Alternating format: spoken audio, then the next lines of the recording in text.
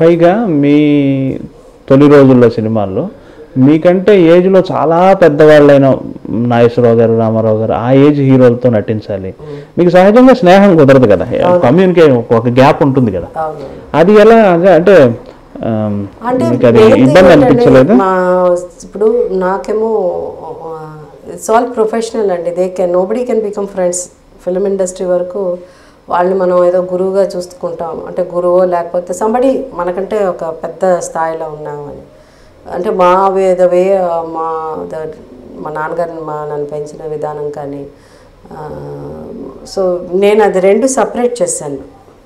Friends life ఇది వేరే, ఇది సినిమా అది. Because like you know that you said నాకంటే వయసులో పెద్దవాళ్ళు, they were much older than my dad. నాన్నగారి కంటే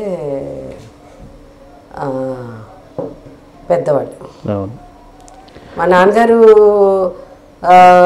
మా ఇద్దరు పిల్లలు పుట్టిన తర్వాతే పోయారు మా నాన్నగారు. బోత్ మై సన్స్ పుట్టిన తర్వాతే.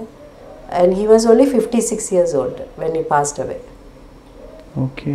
So my father was very young అనమాట. అందుకని వీళ్ళు ఐ కుడ్ ఓన్లీ ఇనిషియలీ చాలా కష్టం కదండి అది. పైగా మనకంటే పెద్దవాళ్ళు ఉన్నారు అన్నసరికి వాళ్ళతో యాక్ట్ చేయడమో లేకపోతే కొంచెం ఇబ్బంది పడేదాన్ని. దాని తర్వాత ఏంటంటే this is what is your profession. Everybody అట్లా అలాగే చేసేవాళ్ళు. పక్కన హీరోయిన్స్ కూడా అంత చిన్న చిన్న వాళ్ళే ఉండేవాళ్ళు. సో పెద్ద నాకంటే అంత పెద్ద హీరో ఏజ్లో అంత డిఫరెన్స్ ఉన్నప్పుడు డెఫినెట్గా అన్కంఫర్టబుల్గా ఉంటుంది. అయినప్పటికీ కూడా వి కంటిన్యూ టు అంతే ఒక కొంతవరకు ఇబ్బంది పడ్డాక తర్వాత ఐ బికేమ్ ఎనీ ప్రొఫెషనల్. ఇది బిగినింగ్ డేస్లో మీరు కమల్ ఒక మంచి పేరు కదా, అబ్బో నేరేడు కళ్ళు పాట. అంటే దాని ముందు కమల్ నేను చాలా సినిమాలు చేశాను. బాలచంద్ర గారి సినిమాలన్నీ కంటిన్యూస్. మీరు ఆయనకి ఆస్థాన ఆర్టిస్టులు కదా మీరు, కమల్ ఇదంతా. ఇలా కమల్ గారి గురించి చెప్పండి. బిగినింగ్ డేస్లో తమిళ్లో తెల్లగా ముద్దుగా చక్కగా అందంగా ఉండే కుర్రాడు అంటే తక్కువ ఆ రోజుల్లో ఉండే వాళ్ళు కాదు, ఎక్కువ లేరు. సడన్గా ఇంత టాలెంటెడ్, ఇంత బాగా డాన్స్ చేయగలడు ఈ అబ్బాయి ఎవరు అంటే చిన్నప్పటి నుంచి యాక్ట్ చేస్తున్నాడు కమల్. 5 yearsకే అదేం పిక్చర్ మన కళత్తూరు కన్నమ్మ నుంచి చేస్తున్నాడు.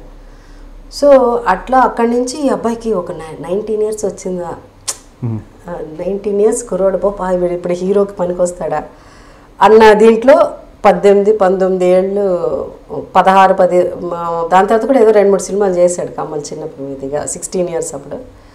So 18, 19 years old Kamal Haasan, 19 years old Kamal Haasan, 16 years old 15, 16 years old Jayasudha. So ఈ జంట చూడడానికి ఆ పాట పిక్చరైజ్ చేసేటప్పుడు మీకు ఏజ్ అంతే ఉంటుంది కదా మీకు? అబ్బో నేరేడు కళ్ళు లేదు, ఇప్పుడు చాలా రోజుల తర్వాత 79 తర్వాత కదా, ఆఫ్టర్ 79. ఓకే.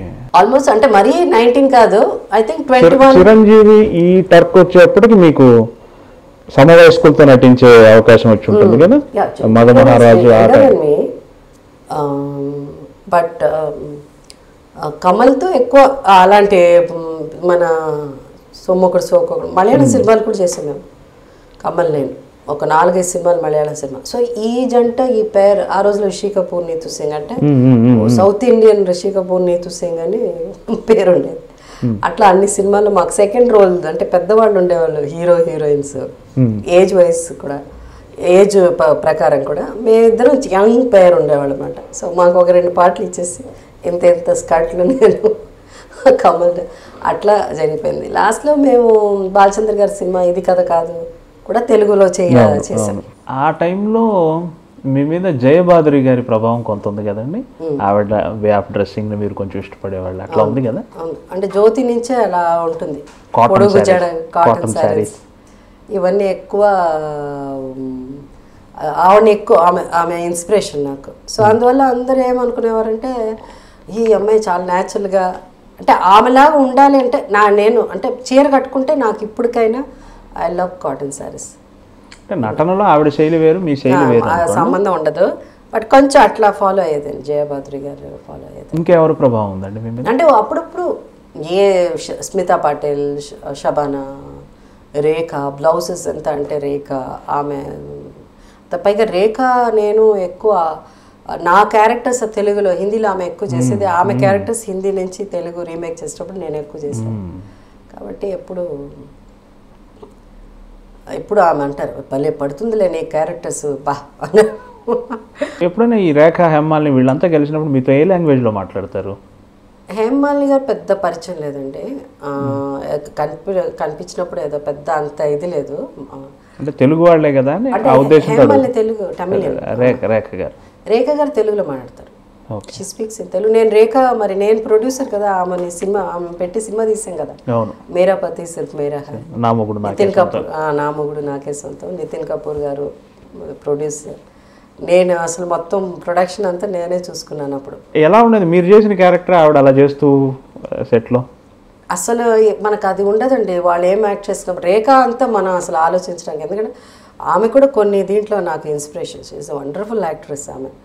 ఇంకా అక్కడ వెళ్ళేసరికి ప్రొడ్యూసర్ కదా, ఈ కాస్ట్యూమ్స్ ఆ కాస్ట్యూమ్స్ వాళ్ళు వస్తున్నారా, ప్రొడక్షన్ చూసుకునేవాళ్ళం కదా, భోజనాలు వచ్చిందా, కరెక్ట్ టైం. ప్రొడ్యూసర్గా ఉంటే ప్రొడ్యూసర్ అంతే, మా ఆయన ప్రొడ్యూసర్ నేను ప్రొడక్షన్. ఏదైనా అంతే కదా. అంటే ప్రొడక్షన్ అంటే కాస్ట్యూమ్స్ అంతా రాధికాకేమో నేను కాస్ట్యూమ్స్ డిజైన్ చేశాను, రాధిక చేసింది ఇంకొక. అవును. సో నేను కాస్ట్యూమ్ డిజైన్ చేశాను, అందుకని ఇట్లా ఇలా తిరగడం. ఆ టైంలో నేను క్యారింగ్ కూడా, సో అంత పెద్ద 4 months 5 months 6 months ప్రెగ్నెంట్, అప్పుడు అట్లాగే పనిచేసామన్నమాట. సో ఆ సినిమా అప్పుడు యాజ్ అ ప్రొడ్యూసర్ ఆమె ప్రొడ్యూసర్ గారు అని పిలుస్తాం. మీ ఫస్ట్ హిందీ సినిమా ఆయన కదా? దాంట్లో నేను కమల్ ఒక చిన్న సాంగ్ చేసి అదే అరంగేట్రమే. అదే తెలుగులో అరంగేట్రం పేరు వచ్చి ఏదో జీవితం. కమల్ చేయలే తెలుగులో, నేను యాక్ట్ చేశాను అనుకుంటా, నేను యాక్ట్ చేశాను. అపూర్వ రాగంగా నేను చేయలే, అపూర్వ రాగంగా మాధవి చేసింది తెలుగులో, అదే తూర్పు పడమర.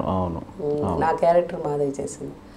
అది హిందీ ఊరికే బాలచంద్ర గారు, మేమంతా కంపెనీ ఆర్టిస్ట్ కదా, అది ఎందుకు బాంబే నుంచి వాళ్ళిద్దరు మీ ఇద్దరండి పిల్లలు యంగ్స్ ఇట్రండి మీ ఇద్దరు యాక్ట్ చేయండి అని చెప్తే అది చేసాం.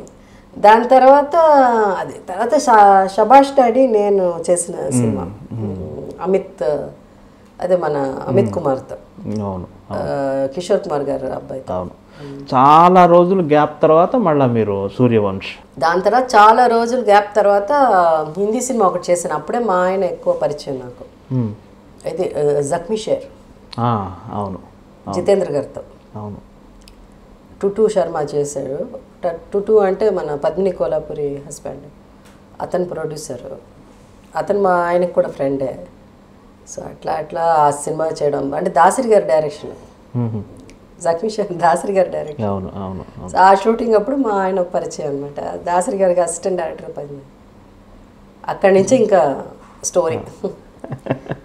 ఎలా ఆయన చాలా ప్లాన్డ్ గా స్కెచ్ వేసి మిమ్మల్ని అలా అంత సీన్ వాళ్ళు అసలు కేర్ చేస్తారు, పంజాబీస్ కదా వాళ్ళు అంత కేరే చేయరు, మనం వెళ్ళాలి కానీ పరిగెత్తాలే కానీ. సో మీ వైపు నుంచే అట్లా లేదు, జస్ట్ ఒక మ్యూచువల్ కొన్ని కామన్గా కొన్ని ఇంట్రెస్ట్. మెయిన్ థింగ్ నాకు స్పోర్ట్స్ ఇంట్రెస్ట్, పుస్తకాలు ఎక్కువ చదివేదాన్ని, నేను బుక్స్ ఎక్కువ చదివేదాన్ని ఆ రోజుల్లో. సో పుస్తకాలు మార్చుకోవడం. ఆయన చాలా హ్యాండ్సమ్గా ఎత్తుగా తెల్లగా, ఆయన ఎప్పుడు హీరోగా అలా అనిపించలేదండి మీరు నటింపజేయాలని? నాకు అసలు అంటే అప్పుడు అది అయిపోయింది లేదు, వాళ్ళ బ్రదరు జితేంద్ర గారు ముందు ఆయన అక్కడ ఇన్స్టిట్యూట్లో ఎక్కడో జాయిన్ చేసి బహుశా యాక్టింగ్ రావట్లేదు అని చెప్పి వాళ్ళు అసలు డైరెక్షన్ పంపించారేమో. ఇంకా దాని తర్వాత అంత మరీ అందంగా ఉన్నాడు ఆయన సినిమా తీయాలి అలాంటి, మరి అంత ఆలోచన కూడా రాలేదు.